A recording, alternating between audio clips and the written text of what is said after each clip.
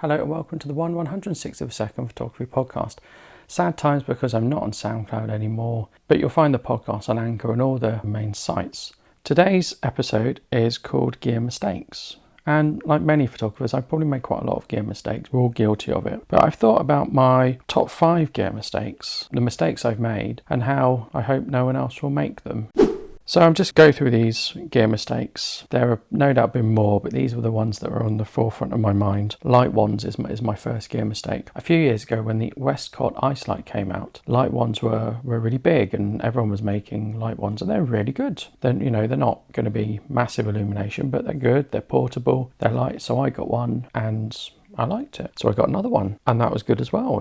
I didn't get ones that were the same size because I bought them on the internet and I didn't really consider the size. So they're slightly different sizes. It's not a problem. They're non-brand generic makes. So they're probably all made by the same company, but given different names for different areas and things. I got 2 and then I realised I shouldn't have got 2. I should have got 1. And the reason is what's good about a light wand is you can carry it with you. It doesn't take up any weight. It's got its own carrying case and you can hold it and do photography. So you can illuminate your subject at night doing photography. The reason I got 2 was I wanted to illuminate from both sides. That's great. And then I considered that I don't have 3 hands. So I'd need to hold 1 in each hand or get the person I'm photographing to hold 1 or bring a light stand.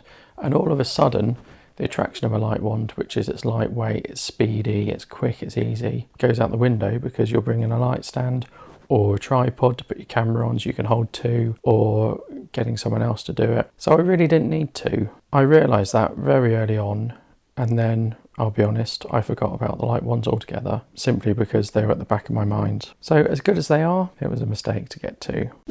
Tripod head. I got a really good Manfrotto tripod, nice and sturdy, and then I spent almost the same amount of money again, or maybe more, getting a head. And I got this, I don't know what it's called, but it's a joystick one. So it fits in the palm of your hand, you squeeze it, and that way you can adjust the tightness and you can move it around. It's a ball head. But the problem is, it doesn't hold that much weight without slipping. So I put it on its maximum tightness, and it still slips. And then I bought cheaper ball heads that have been much more simple in their design, much more elegant, and they've worked better. So that was an expensive ball head that I probably didn't need to get. It's quite big. It doesn't really hold the heavier lenses at a good angle without creeping and sliding. So I probably could have done without that. But like all gear mistakes, you don't know until you're in the mistake or you've made the mistake. Everything seems a good idea at the time. And like I say, probably made more as well, more gear mistakes.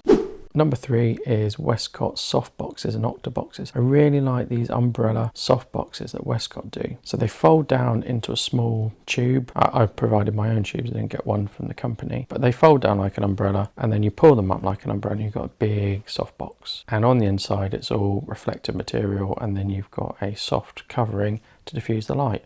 And it fits really easily on a light stand and they're lightweight. They're probably not very sturdy, they're probably very easy to break. So they were quite expensive. I got a soft box and I got an octabox. And when you buy cheap things and when you buy expensive things, you sort of think the more money you pay, the more robust it is and the more it's going to last. Now, I don't think any amount of money is going to improve how long these Westcott style soft boxes and octaboxes last. So pretty soon after the Westcott ones came out, cheap knockoffs came out that I would say were 1/5 or 1/6 of the price. So I probably paid over £100 for the softbox, or close to £100 for the softbox and octabox, not together but separately. And I probably could have got a knockoff one if I just waited a little bit for maybe £25-30. I really doubt there's going to be a huge difference in quality between them or light output. So really, I should have just waited a little bit longer and then got the knockoff Chinese, non-branded, non-Westcott one. And if you are an early adopter, and sadly I am an early adopter, I always jump on the bandwagon with things, you generally get stung. Generally, the wise people wait a little bit and see what happens. And there have been purchases where I have waited and I have benefited from waiting, but equally there are purchases when I've just been the first one to buy it and maybe I should have waited.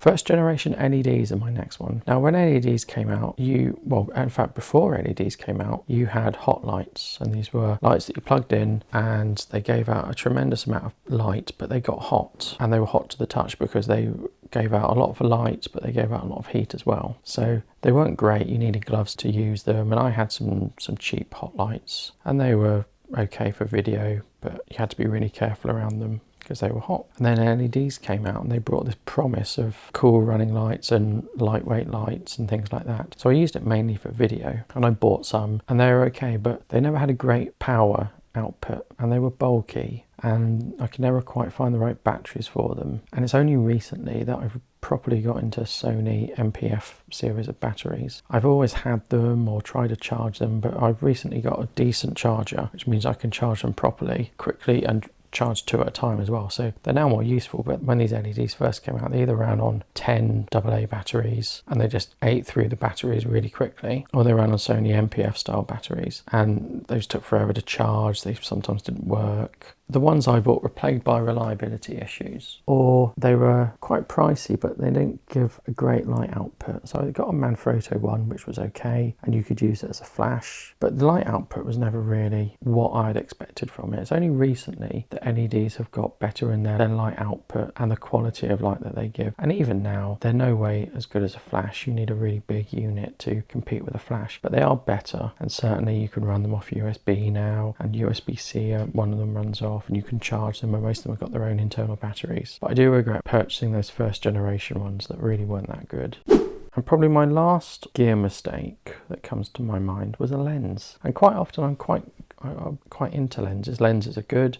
Lenses hold their value. You can sell them quite easily. I bought a 70-200 Tamron. I think it was f5.6. So it's quite a slow lens, but it was a big lens and it gave a huge zoom range. And initially it was quite good, even if photographing my children. I could be really far away and I could zoom in and I could get good compression, and I got some really good shots with it. And if a bird was about or a squirrel was about, I could get a good shot with that. And I'd always been missing that with my other lenses, the ability to do wildlife photography, but the lens was so big.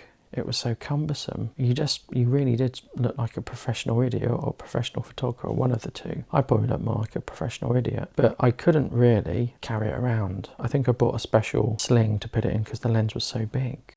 So the Tamron 70-200 was a really good lens. Technically, it was very good. Price-wise and value-wise, it was very good. But here's the key thing. I didn't use it as much as I thought I would. And I've talked about those problems it had, but just generally, I didn't use it very much. I wanted to use it. I didn't want to carry it around. In the end, it didn't really suit my style of photography and what I do and the way I do it. So I know a 70-200 is a big workhorse of professional photographers, and I'm not saying I'm a professional photographer because I had a 70-200 or because I was considering it, but it just didn't fit in with what I did. So I sold it. I didn't lose too much money selling it because it held its value. The loss I made in it was negligible, and I got to use it for some time and try it out.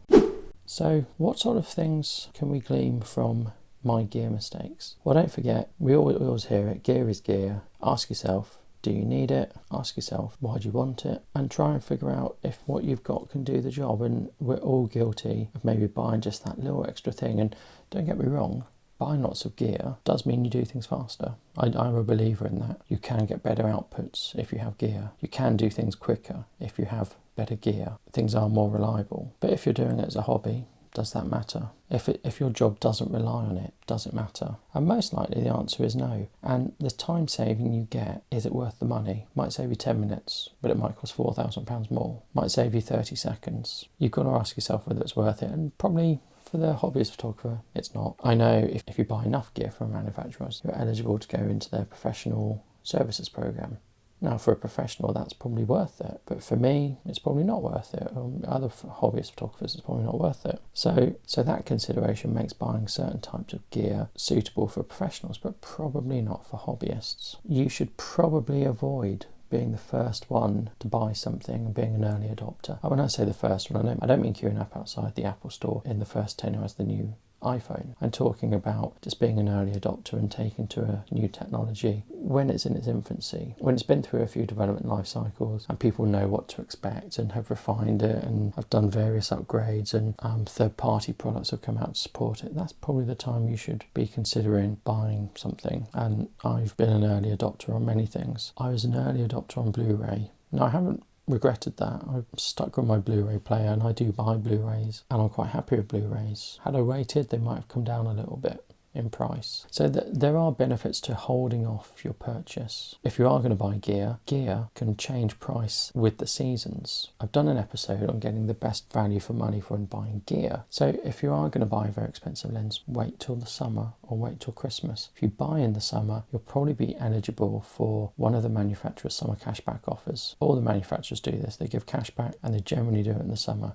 and some do it in the winter. In the winter, there'll be the run up to Christmas. You might be able to get your gear a little bit cheaper. I'm not guaranteeing you will, and I'm not promising you will. It's worth maybe just holding off a little bit if you're close to one of those two milestones within the year. And I suppose my last tip is don't buy more than you can handle. And I mean that metaphorically and literally, because as you know, I bought 2 light ones and I can't hold them at the same time and do photography. Someone else could hold them, or 2 people could hold them for me, but then I'd have to get someone to hold.